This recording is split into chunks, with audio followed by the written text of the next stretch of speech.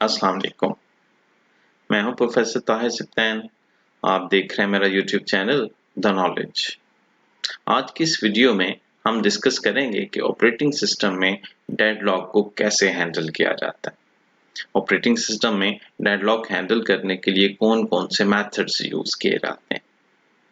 इस दौरान अगर आप इस चैनल पे नए हैं या आपने अभी तक ये चैनल सब्सक्राइब नहीं किया तो पहले चैनल सब्सक्राइब करें और बेल आइकॉन पे क्लिक करें ताकि नई आने वाली वीडियोस के नोटिफिकेशंस आपको मिलते रहें। तो आइए देखते हैं कि ऑपरेटिंग सिस्टम में डेडलॉक को कैसे हैंडल किया जाता है। Deadlock handling in operating system. Operating system में डेडलॉक को हैंडल करने के लिए 4 टेक्निक्स यूज की जाती हैं। First technique is called deadlock ignorance. इसको ऑस्ट्रिच एल्गोरिदम भी कहा जाता है। Second technique is deadlock prevention. Third technique is deadlock avoidance. And fourth and last technique is known as deadlock detection and recovery. सबसे पहले हम deadlock ignorance या ostrich algorithm को डिस्कस करेंगे। ऑपरेटिंग सिस्टम्स में डेडलॉक को हैंडल करने के लिए जो सबसे simple and easy method use किया जाता है उसको डेडलॉक इग्नोरेंस कहा जाता है।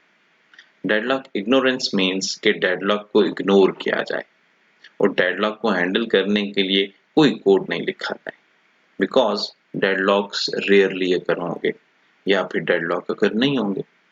अगर डेडलॉक अकर होंगे तो डेडलॉक अकर होने के बाद सिस्टम को रिबूट किया जाएगा। यही अप्रोच विंडोज ऑपरेटिंग सिस्टम और लिनक्स ऑपरेटिंग सिस्टम में यूज की जाती है। ऑपरेटिंग सिस्टम एक्सपर्ट्स ये समझते हैं कि जब डेडलॉक्स रेयरली अकर होंगे तो फिर डेडलॉक को हैंडल करने के लिए अगर कोड लिखा जाए तो वो कोड ऑपरेटिंग सिस्टम की परफॉर्मेंस को डिक्रीज करेगा। तो ऑपरेटिंग सिस्टम की परफॉर्मेंस इफेक्ट होगी अगर डेडलॉक हैंडलिंग कोड्स एग्जीक्यूट होंगे। तो इसलिए डेडलॉक इग्नोरेंस अप्रोच को यूज किया जाता है कि डेडलॉक को हैंडल कैसे किया जाएगा कि डेडलॉक को इग्नोर किया जाए और ये अज्यूम किया जाए कि कभी भी डेडलॉक अगर नहीं होगा। That is deadlock ignorance. Deadlock ignorance को ऑस्ट्रिच एल्गोरिदम भी कहा जाता है। Why ostrich? ऑस्ट्रिच यानी कि शुतुरमुर्ग। इस तस्वीर को देख के आपको भी सियानों और बड़े बूढ़ों की वो बात याद आई होगी जो शुतुरमुर्ग के बारे में कही जाती है कि शुतुरमुर्ग जब कोई खतरा महसूस करता है तो रेत में अपना सर छुपा लेता है और ये समझता है कि कहीं कोई खतरा मौजूद नहीं है। अगरचे के सियानों की इस बात में कोई हकीकत नहीं है, बिल्कुल उस लतीफे की तरह जो आपने भी सुन रखा होगा कि एक आदमी का कान कटा हुआ था तो किसी ने उससे पूछा कि ये तुम्हारे कान को क्या हुआ। उसने जवाब दिया कि ये सियानों का बेड़ा गर्क हुआ हुआ है। बेड़ा गर्क का लफ्ज मैं इंतहाई मुफ्तात अंदाज में इस्तेमाल कर रहा हूँ। आप चाहें तो हस्बे जायका और हस्बे मंशा अल्फाज में रद्दो-बदल कर सकते हैं। तो उसने जवाब दिया कि ये सियानों का बेड़ा गर्क हुआ हुआ है। पूछा गया कि सियानों का बेड़ा गर्क कैसे? तो उसने जवाब दिया कि मैंने सुन रखा था कि सियाने कहते हैं कि अगर कुत्ता आपको काटने को दौड़े तो आपको बैठ जाना चाहिए। जैसे सियानों की इस बात में कोई सदाकत नहीं, उसी तरह सियानों की इस बात में भी कोई सदाकत नहीं कि शुतुरमुर्ग खतरे को महसूस करके अपना सर रेत में छुपा लेता है। शुतुरमुर्ग 2 टांगों पे भागने वाला, दौड़ने वाला सबसे तेज तरीन जानवर है जो कि 70 किलोमीटर फी घंटा की रफ्तार से भाग सकता है। तो ऑस्ट्रिच एल्गोरिदम डेडलॉक इग्नोरेंस को इसलिए कहा जाता है कि इसमें भी डेडलॉक को इग्नोर किया जाता है। डेडलॉक इग्नोरेंस की बेस इसी मिथ पे एग्जिस्ट करती है कि ऑस्ट्रिच यानी कि शुतुरमुर्ग खतरे को महसूस करते हुए अपना सर रेत में छुपा लेता है। तो इसी तरह से डेडलॉक के बारे में ये अज्यूम किया जाता है कि डेडलॉक कभी अकर नहीं होगा और डेडलॉक को हैंडल करने के लिए, डेडलॉक को मैनेज करने के लिए कोई मेथड या कोई टेक्निक यूज नहीं की जाती। डेडलॉक को हैंडल करने का एक और मेथड डेडलॉक प्रिवेंशन कहलाता है। डेडलॉक प्रिवेंशन में डेडलॉक को अकर होने से प्रिवेंट किया जाता है। हमने लास्ट लेक्चर में डेडलॉक के लिए 4 नेसेसरी कंडीशंस डिस्कस की थी। First one was mutual exclusion, second one was hold and wait, third one no preemption and fourth was circular wait. Deadlock prevent करने के लिए इन 4 कंडीशंस में से किसी भी एक कंडीशन को प्रिवेंट किया जा सकता है। जैसे कि डेडलॉक अकर होने के लिए इन 4 कंडीशंस का साइमल्टेनियसली अकर होना जरूरी है। अगर ये चारों कंडीशंस अकर होंगी सिस्टम में, तो सिस्टम में डेडलॉक की पॉसिबिलिटी होगी, डेडलॉक अकर होगा। अगर इनमें से किसी एक कंडीशन को भी अवॉइड किया जाए तो डेडलॉक अकर नहीं होगा। तो डेडलॉक प्रिवेंशन मेथड्स में म्यूचुअल एक्सक्लूजन को अवॉइड किया जा सकता है, होल्ड एंड वेट को अवॉइड किया जा सकता है, नो प्रीएम्पशन कंडीशन को अवॉइड किया जा सकता है, या फिर सर्कुलर वेट कंडीशन को अवॉइड किया जा सकता है। अब हम देखते हैं कि किस तरह से इन कंडीशंस को अवॉइड किया जाता है। Mutual exclusion and how to avoid mutual exclusion. Mutual exclusion condition क्या है डेडलॉक के लिए कि कुछ रिसोर्सेज सिस्टम में ऐसे रिसोर्सेज हों जो कि नॉन शेयरेबल हों। जो रिसोर्सेज डेडलॉक में इन्वॉल्व हों उनमें से कुछ रिसोर्सेज नॉन शेयरेबल होने चाहिए। नॉन शेयरेबल ऐसे रिसोर्सेज हैं जिनको शेयर नहीं किया जा सकता, जिनको मल्टीपल प्रोसेस सेम टाइम पे यूज नहीं कर सकते, ऐसे रिसोर्सेज नॉन शेयरेबल रिसोर्सेज कहलाते हैं। तो म्यूचुअल एक्सक्लूजन कंडीशन अवॉइड कैसे की जा सकती है कि सिस्टम में सभी रिसोर्सेज शेयरेबल हों। अगर ये पॉसिबल हो कि सिस्टम के सभी रिसोर्सेज को शेयर किया जा सकता है, तो फिर म्यूचुअल एक्सक्लूजन की कंडीशन जो है इसको अवॉइड किया जा सकता है। लेकिन ये पॉसिबल नहीं है कि सिस्टम में सभी रिसोर्सेज जो हैं वो शेयरेबल हों। कुछ रिसोर्सेज तो शेयरेबल हो सकते हैं, जैसे कि रीड ओनली फाइल्स हैं, किसी कोडिंग में कोई शेयर्ड वेरिएबल्स हैं, ये तो शेयर्ड रिसोर्सेज हो सकते हैं। लेकिन कुछ रिसोर्सेज अल्टीमेटली ऐसे जरूर होंगे जो कि नॉन शेयरेबल रिसोर्सेज हैं, जिनको मल्टीपल प्रोसेस शेयर नहीं कर सकते। जैसे कि प्रिंटर एक मोस्ट पॉपुलर रिसोर्स है और एक ऐसा रिसोर्स है जो नॉन शेयरेबल है। इट मींस म्यूचुअल एक्सक्लूजन को फुली अवॉइड नहीं किया जा सकता। अगर म्यूचुअल एक्सक्लूजन को अवॉइड किया जाए तो डेडलॉक को प्रिवेंट किया जा सकता है। Hold and wait and how to avoid hold and wait condition. Deadlock को प्रिवेंट करने के लिए second necessary condition hold and wait condition को प्रिवेंट किया जा सकता है, अवॉइड किया जा सकता है। होल्ड एंड वेट कंडीशन के मुताबिक सिस्टम में कुछ ऐसे प्रोसेस होने चाहिए जो कि कुछ रिसोर्सेज को ऑक्यूपाई करें, कुछ रिसोर्सेज को होल्ड करें और फिर कुछ रिसोर्सेज के लिए रिक्वेस्ट करें। जिन रिसोर्सेज के लिए रिक्वेस्ट की जाए वो रिसोर्सेज ऑलरेडी ऑक्यूपाइड हों और फिर प्रोसेस उनके रिलीज होने का वेट करते रहे। ये condition hold and wait condition कहलाती है। तो डेडलॉक को प्रिवेंट करने के लिए होल्ड एंड वेट कंडीशन को ब्रेक किया जा सकता है। होल्ड एंड वेट कंडीशन को ब्रेक करने के लिए एक मेथड यूज किया जाता है जिसमें प्रोसेस जितने भी रिसोर्सेज प्रोसेस ने यूज करने हैं उन तमाम रिसोर्सेज के लिए प्रोसेस रिक्वेस्ट जनरेट करते हैं। प्रोसेस सिस्टम को रिक्वेस्ट करेंगे एट वंस तमाम रिसोर्सेज को ऑक्यूपाई करने के लिए, और अगर रिसोर्सेज अवेलेबल होंगे, तमाम रिसोर्सेज अवेलेबल होंगे तो रिसोर्स ग्रांट कर दिए जाएंगे, अदरवाइज रिक्वेस्ट को डिनाई कर दिया जाएगा। फॉर एग्जाम्पल, जैसे ये डायग्राम आप देख रहे हैं, इस डायग्राम में 2 प्रोसेस हैं, process 1 and process 2। Process 1 R1, R2, R3 and R5 इन तमाम रिसोर्सेज के लिए एट वंस रिक्वेस्ट करेगा सिस्टम को, और अगर ये तमाम रिसोर्सेज अवेलेबल हैं तो ये तमाम रिसोर्सेज प्रोसेस 1 को ग्रांट किए जाएंगे। अगर इन रिसोर्सेज में से जो कि रिक्वेस्टेड रिसोर्सेज हैं कोई एक रिसोर्स भी अवेलेबल नहीं होगा तो इस रिक्वेस्ट को डिनाई कर दिया जाएगा। इसी तरह से प्रोसेस 2 भी तमाम रिसोर्सेज जो कि उसके रिक्वायर्ड रिसोर्सेज हैं उनके लिए सिस्टम को रिक्वेस्ट करेगा, like R6, R8 and R10 के लिए एट वंस रिक्वेस्ट सेंड की जाएगी।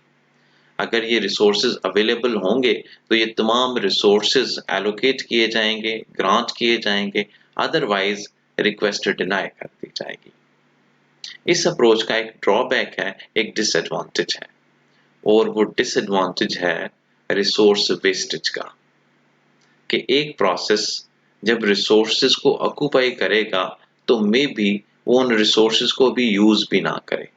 जैसे कि प्रोसेस 1 की एग्जांपल में आप देखें, process 1 R1, R2, R3 and R5 को ऑक्यूपाई करेगा, एंड मे बी प्रोसेस 1 ने R1 और R2 को यूज करना है, एंड लेटर ऑन प्रोसेस 1 ने R5 को यूज करना है। पहले प्रोसेस R1 एंड R2 को यूज करेगा, and most of the time process ने R1 एंड R2 को ही यूज करना है, और at the end of processing process 1 ने R5 को यूज करना है। लेकिन R5 ऑक्यूपाई हो चुका है, प्रोसेस 1 जो है इसके लिए भी इन रिसोर्सेज के साथ ही रिक्वेस्ट सेंड करेगा और रिसोर्स 5 को भी ऑक्यूपाई कर लेगा, इवन के रिसोर्स 5 प्रोसेस 1 यूज नहीं कर रहा, फिर भी प्रोसेस 1 ने रिसोर्स 5 को ऑक्यूपाई किया हुआ है। That is called the wastage of resource, जो कि इस अप्रोच का, इस स्ट्रेटेजी का ड्रॉबैक है, डिसएडवांटेज है।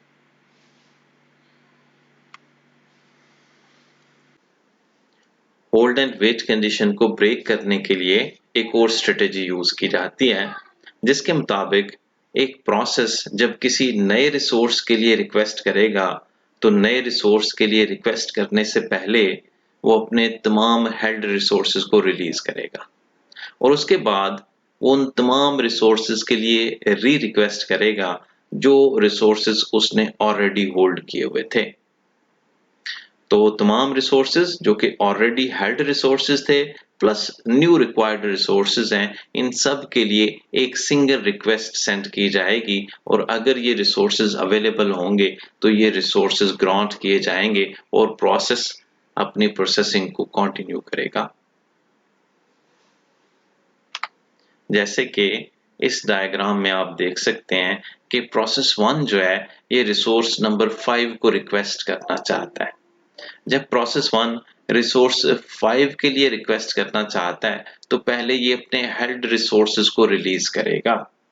प्रोसेस 1 के held resources R1, R2 and R3 resources हैं। तो प्रोसेस 1 पहले इन रिसोर्सेज को रिलीज करेगा, R1, R2 एंड R3 को, उसके बाद वो री रिक्वेस्ट करेगा। जैसे इस डायग्राम में आप देख रहे हैं कि अब प्रोसेस 1 जो है उसने री रिक्वेस्ट जनरेट की है, इसमें R1 को भी रिक्वेस्ट किया जा रहा है, R2 को भी रिक्वेस्ट किया जा रहा है, R3 एंड R5 को रिक्वेस्ट किया जा रहा है। इस स्ट्रेटेजी का भी एक ड्रॉबैक है, एक डिसएडवांटेज है। इस स्ट्रेटेजी के ड्रॉबैक को समझने के लिए हम एक डायग्राम देखते हैं। इस डायग्राम में देखें कि प्रोसेस 1 जिसने R1, R2 and R3 resources को रिलीज किया था, क्योंकि प्रोसेस 1 R5 रिसोर्स को यूज करना चाहता है, रिक्वेस्ट किया उसने R5 के लिए, रिजल्टेंटली उसने R1, R2, R3 को रिलीज किया, री रिक्वेस्ट सेंड की R1, R2, R3 and R5 के लिए। तो मीनवाइल प्रोसेस नॉट ने रिसोर्स 1 के लिए रिक्वेस्ट किया, रिसोर्स 1 अवेलेबल था, रिसोर्स 1 प्रोसेस नॉट को एलोकेट कर दिया गया। अब सिचुएशन ये है कि प्रोसेस 1 जिसने कि अपनी पार्शियल एग्जीक्यूशन कंप्लीट की है R1, R2 एंड R3 को यूज करते हुए, इसको स्टिल R1 रिक्वायर्ड है अपनी एग्जीक्यूशन को कंटिन्यू करने के लिए, लेकिन R1 अब इसको एलोकेट नहीं किया जा सकता because R1 is allocated to P0। तो ये ड्रॉबैक है, डिसएडवांटेज है कि एक प्रोसेस अपने हेल्ड रिसोर्सेज को रिलीज करता है तो उसके हेल्ड रिसोर्सेज में से ही एक रिसोर्स या एक से ज्यादा रिसोर्स किसी दूसरे प्रोसेस को एलोकेट कर दिए जाते हैं और उसको फिर वेटिंग स्टेट में वेट करना पड़ता है। इन स्ट्रेटजीज में एक और ड्रॉबैक है, एक और डिसएडवांटेज है जिसको स्टार्वेशन कहा जाता है। जैसे कि जो मोस्ट पॉपुलर रिसोर्स होंगे, जिन रिसोर्सेज को मोस्टली प्रोसेस यूज करना चाहते हैं, वो रिसोर्सेज कभी भी अवेलेबल नहीं होंगे। वो पॉपुलर रिसोर्स जो हैं, जिनको फ्रीक्वेंटली यूज किया जाता है, वो रिसोर्सेज एक टाइम पे कभी फ्री नहीं हो सकते। वो किसी ना किसी प्रोसेस ने तो ऑक्यूपाई किए होंगे। तो फिर ऐसे प्रोसेस क्या करेंगे जिनको पॉपुलर रिसोर्सेज रिक्वायर्ड है? तो पॉपुलर रिसोर्सेज तो कभी एक टाइम पे इकट्ठे कभी भी फ्री नहीं होंगे। वो कहीं ना कहीं पे किसी ना किसी प्रोसेस ने ऑक्यूपाई किए हुए हैं। तो ये सिचुएशन स्टार्वेशन कहलाती है। No preemption and how to avoid no preemption condition. No preemption condition ये है कि सिस्टम में जब डेडलॉक अकर होगा तो सिस्टम में कोई इंटरप्शन नहीं की जाएगी। प्रोसेस जैसे कि रिसोर्सेज के लिए रिक्वेस्ट करेंगे, रिसोर्सेज को ऑक्यूपाई करेंगे और नेक्स्ट रिसोर्सेज के लिए रिक्वेस्ट करेंगे, वो रिसोर्सेज अवेलेबल नहीं होंगे, फिर प्रोसेस वेटिंग स्टेट में जाएंगे।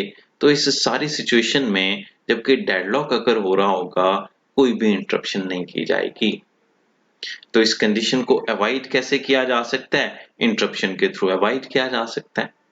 जैसे कि एक स्ट्रेटेजी ये यूज की जाती है नो प्रीएम्पशन को अवॉइड करने के लिए कि जब प्रोसेस किसी ऐसे रिसोर्स के लिए रिक्वेस्ट करे जो रिसोर्स अवेलेबल नहीं है, जो रिसोर्स किसी दूसरे प्रोसेस ने ऑक्यूपाई किया हुआ है, तो फिर इस प्रोसेस के जो कि रिसोर्स के लिए रिक्वेस्ट कर रहा है, इसके तमाम हेल्ड रिसोर्सेज को रिलीज कर दिया जाए। इस स्ट्रेटेजी से प्रीएम्पशन की जाएगी, इंटरप्शन की जाएगी और डेडलॉक को अवॉइड किया जाएगा। जैसे कि इस डायग्राम में आप देख रहे हैं कि प्रोसेस 1 जो है, इसने ये 3 रिसोर्सेज हेल्ड किए हुए हैं, R1, R2 and R3। And process 1 ने रिसोर्स 5 के लिए रिक्वेस्ट किया और रिसोर्स 5 ऑलरेडी ऑक्यूपाइड रिसोर्स है जिसको P2 ने ऑक्यूपाई किया हुआ है। तो फिर P1 के तमाम हेल्ड रिसोर्सेज को इंटरप्शन के थ्रू रिलीज कर दिया जाएगा। R1, R2 and R3 release हो जाएंगे। ये एक स्ट्रेटेजी है जिसको नो प्रीएम्पशन को ब्रेक करने के लिए या प्रिवेंट करने के लिए यूज किया जाता है। नो प्रीएम्पशन कंडीशन को ब्रेक करने के लिए या अवॉइड करने के लिए एक और स्ट्रेटेजी भी यूज की जाती है कि जब प्रोसेस इसने कुछ रिसोर्सेज को होल्ड किया हुआ है और वो एक रिसोर्स के लिए रिक्वेस्ट करता है, तो वो रिसोर्स ऑलरेडी हेल्ड रिसोर्स है जिसको किसी दूसरे प्रोसेस ने होल्ड किया हुआ है। तो फिर सिस्टम वेरीफाई करेगा, सिस्टम चेक करेगा कि क्या ये रिसोर्स जो कि ऑलरेडी ऑक्यूपाइड है, ये जिस प्रोसेस ने ऑक्यूपाई किया हुआ है, क्या वो प्रोसेस खुद तो ब्लॉक स्टेट में या वेटिंग स्टेट में नहीं है। अगर वो प्रोसेस खुद भी ब्लॉक स्टेट या कि वेटिंग स्टेट में है, तो फिर उससे वो रिसोर्स प्रीएम्प्ट करवा लिया जाएगा, इंटरप्ट करवा लिया जाएगा और वो रिसोर्स रिक्वेस्टिंग प्रोसेस को एलोकेट किया जाएगा। इस तरह से नो प्रीएम्पशन कंडीशन को अवॉइड किया जा सकता है। जैसे कि इस डायग्राम में आप देख सकते हैं कि प्रोसेस 1 ने रिसोर्स 1, रिसोर्स 2 एंड रिसोर्स 3 को ऑक्यूपाई किया हुआ है। ये इसके हेल्ड रिसोर्सेज हैं और प्रोसेस 1 रिसोर्स 5 के लिए रिक्वेस्ट कर रहा है and resource 5 is held by process 2। Process 2 वो प्रोसेस है जिसने रिसोर्स 5 को हेल्ड किया हुआ है। अब सिस्टम यहाँ पे ये वेरीफाई करेगा, ये चेक करेगा कि क्या प्रोसेस 2 जो है वो खुद भी तो वेटिंग स्टेट या ब्लॉक स्टेट में नहीं है। तो जब सिस्टम ने ऑब्जर्व किया, सिस्टम ये देखेगा कि प्रोसेस 2 जो है, इसने रिसोर्स 6 के लिए रिक्वेस्ट किया है, इसने रिसोर्स 7 के लिए रिक्वेस्ट किया है and resource 7 is occupied by process 3 और रिसोर्स 7 इसके लिए प्रोसेस 2 वेट कर रहा है। रिसोर्स 7 प्रोसेस 3 ने ऑक्यूपाई किया हुआ है। इट मींस कि प्रोसेस 2 जो है वो भी एक वेटिंग प्रोसेस है, एक ब्लॉक्ड प्रोसेस है। रिजल्टेंटली अब ये इंटरप्शन होगी और ये रिसोर्स नंबर 5 जो है ये प्रोसेस 2 से रिलीज करवाया जाएगा और ये रिसोर्स 5 प्रोसेस 2 से रिलीज करवाने के बाद प्रोसेस 1 को एलोकेट किया जाएगा और प्रोसेस 1 इन रिसोर्सेज को ऑक्युपाई करेगा और इन रिसोर्सेज को यूज करेगा, अपनी एग्जीक्यूशन कंप्लीट करेगा।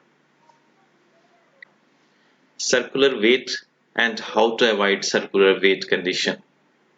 सर्कुलर वेट कंडीशन में वेटिंग प्रोसेस का एक सर्कल कंप्लीट होना चाहिए। जैसे कि प्रोसेस 1 एक ऐसे रिसोर्स के लिए वेट करेगा जिस रिसोर्स को प्रोसेस 2 ने ऑक्युपाई किया होगा, और प्रोसेस 2 एक ऐसे रिसोर्स के लिए वेट करेगा जो प्रोसेस 3 के पास ऑक्युपाइड होगा, एंड प्रोसेस 3 प्रोसेस 4 के लिए वेट करेगा, प्रोसेस 4 प्रोसेस 5 के लिए वेट करेगा, यहां तक कि एक सर्कल कंप्लीट होगा कि लास्ट प्रोसेस जो है वो फिर फर्स्ट प्रोसेस का ही वेट करेगा। इसको सर्कुलर वेट कहा जाता है। सर्कुलर वेट कंडीशन अवॉइड कैसे की जाएगी कि हर रिसोर्स को एक नंबर, एक यूनिक नंबर इंक्रीजिंग ऑर्डर में असाइन किया जाए, लाइक 1 2 3 4 5। और जब एक प्रोसेस रिसोर्स के लिए रिक्वेस्ट करेगा तो वो ऑलवेज इंक्रीजिंग ऑर्डर में रिक्वेस्ट करेगा, वो कभी भी डिक्रीजिंग ऑर्डर में रिक्वेस्ट नहीं करेगा। जैसे कि इस डायग्राम में आप देख रहे हैं कि प्रोसेस 1 जो है इसके पास R1 held resource, R3 is a held resource, ये दो रिसोर्स इसने होल्ड किए हुए हैं और ये इंक्रीजिंग ऑर्डर में रिक्वेस्ट करेगा। ये रिसोर्स नंबर 5 के लिए रिक्वेस्ट कर सकता है, ये रिसोर्स नंबर 2 के लिए रिक्वेस्ट नहीं कर सकता। इसी तरह यहाँ पे इस एग्जांपल में देखें कि प्रोसेस 2 इसने 2 रिसोर्सेज होल्ड किए हुए हैं, R8 एंड R9। ये इंक्रीजिंग ऑर्डर में रिक्वेस्ट कर सकता है, ये रिसोर्स 10 के लिए तो रिक्वेस्ट कर सकता है लेकिन ये रिसोर्स नंबर 7 के लिए रिक्वेस्ट नहीं कर सकता। रिक्वेस्ट कभी भी डिक्रीजिंग ऑर्डर में नहीं होगी। जब रिक्वेस्ट डिक्रीजिंग ऑर्डर में नहीं होगी तो कभी भी सर्कुलर वेट कंप्लीट नहीं होगा। तो इस तरह से सर्कुलर वेट कंडीशन को भी अवॉइड किया जा सकता है। That's it for today. Thank you very much.